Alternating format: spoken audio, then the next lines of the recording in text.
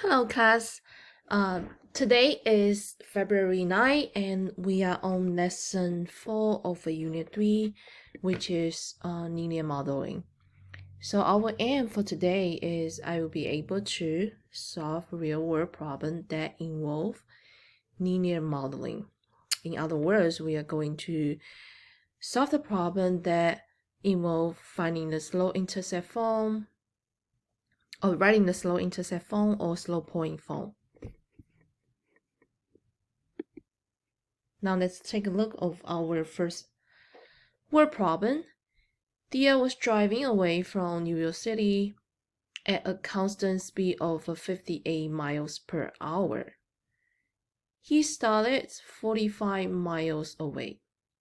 So when we see a constant speed in the word problem, we know this is going to be linear function. This is going to be linear function relationship because the keyword constant. That is telling us it must be a linear. All right, so we know we can always trust this equation format, which is y equal to mx plus b. In any word problem that has a linear function relationship, you can always write the relation between the x and y as slope-intercept form. Okay. All right, so the constant speed is 58 miles per hour. If using the keyword per, okay, distance, the speed, miles per hour, we talk about the salary, $10 per hour. We talk about your reading speed, 50 page per hour. It's all about what? It's all about slope. Okay, so slope have a different terms, right? You can say unit rate, you can say unit price, speeds, everything is about slope. So when you see the keyword, you know this is about slope. So your slope is m. In this case is 50 miles per hour. Okay. Now, what is another piece of information that we need? If you see this number highlighted, he started 45 miles away.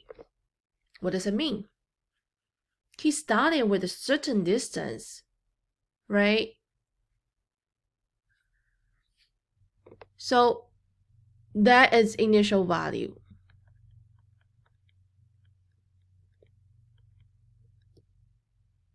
Okay, so when you see the keyword started, begin with how many miles, start with $100, that's all initial value. Okay, so initial value, we actually use a b, which is a y-intercept, to represent that.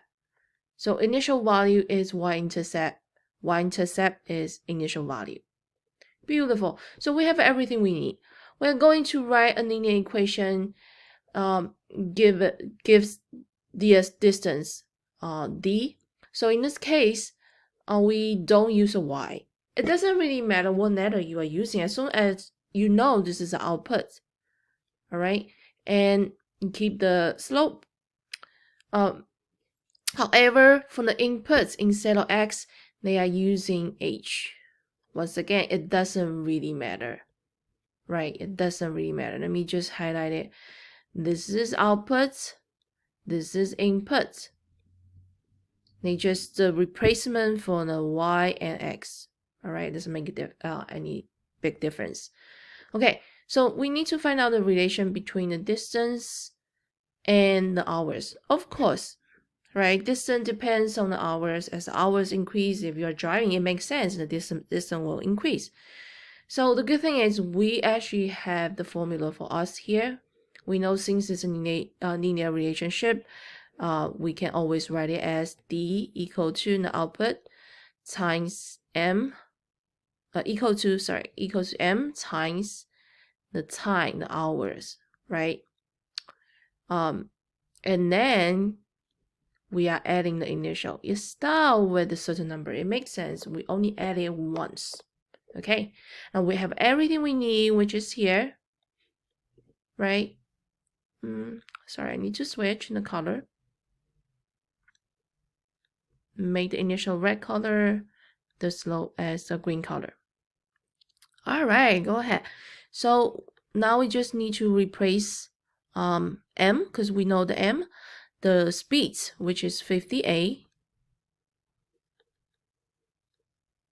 And for the time, it's changing all the time, so keep it as a variable. All right.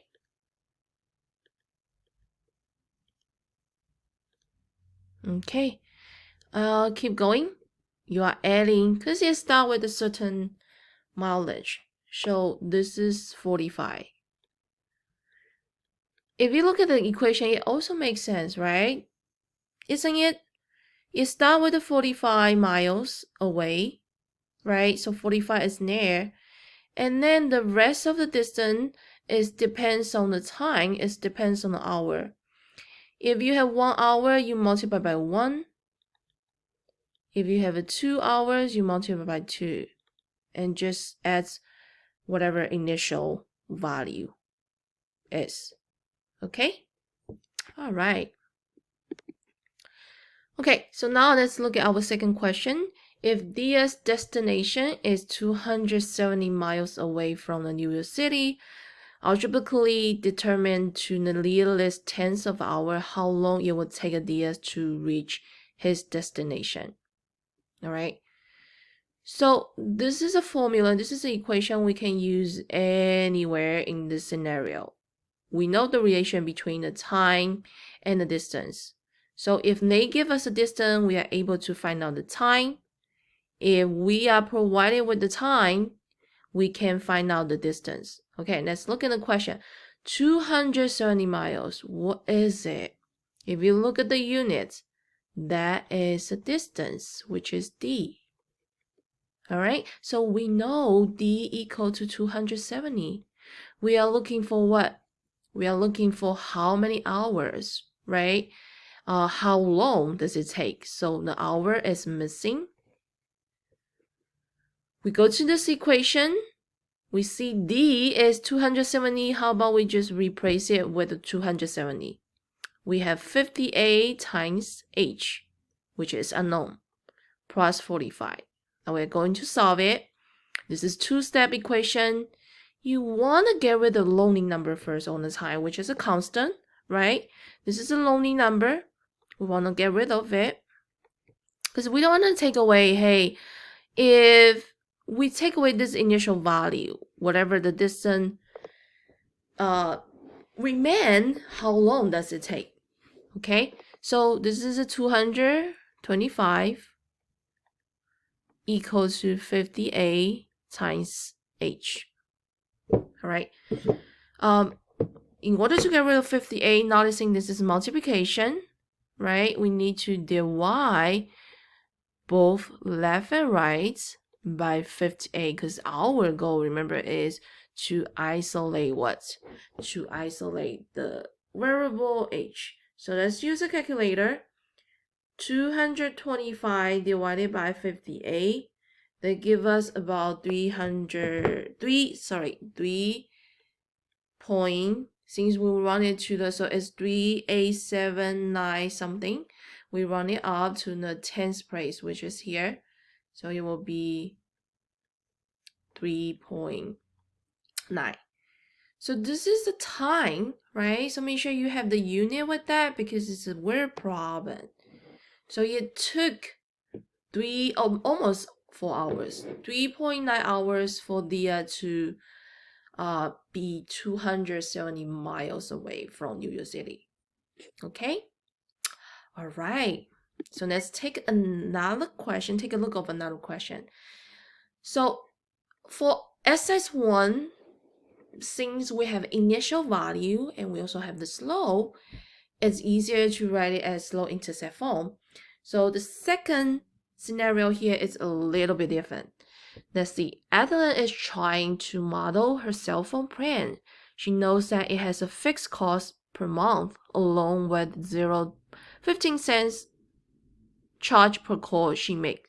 In her last month bill, she has charged $12.80, making 52 calls. This sounds very complicated, especially for you guys. Nowadays, no one is using that kind of plan, right? Oh, you're gonna be charged by how many calls that you have. This time, everyone is like have unlimited plan, right? But it was different in the past. Okay, so we have two pieces, very important information. We highlighted with the green one. So once again, if you see per, guys, if you see per, like a dollar money per call, you know, please tell yourself, this is a slope. This is a price, unit price. Also, is cost slope. All right, so slope M equal to 0.15. Okay, what else?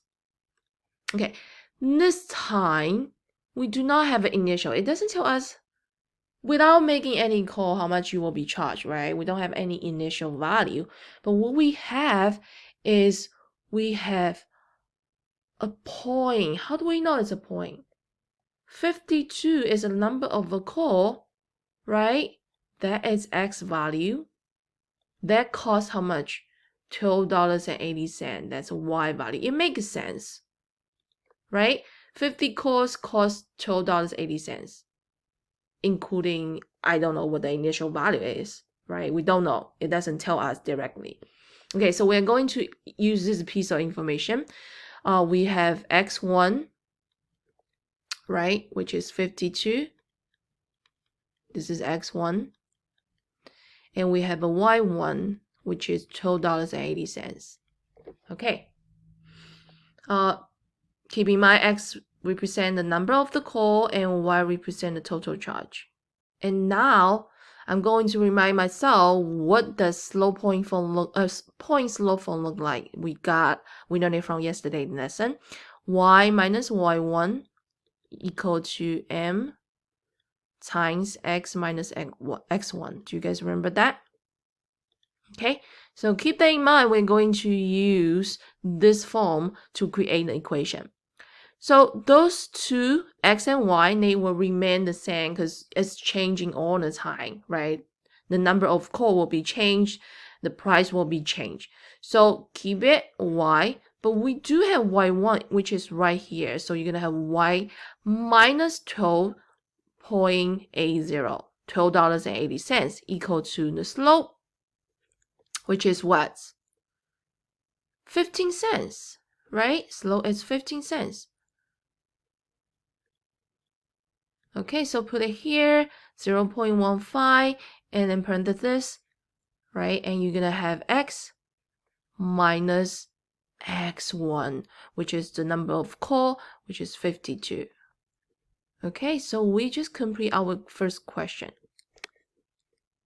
Okay, so from question A, we already create a function equation that represent the relationship between the number of a call and what? And the price. Okay, we do not know if there's any initial charge, like without making any call, there's a certain charge. We're going to find out, use this equation. Okay, so if you look at the question is asking fixed call, that is also asked, hey, is any initial value, initial price, right, without making any call. All right, so what we are going to do is, guys, ladies and gentlemen, there's a two things you can do. One, when you have initial call, that means your X equal to 0, isn't it? Right? When you didn't call at all, that's the price. So what you can do is you go to the equation and you're going to replace X with a 0 and you solve it.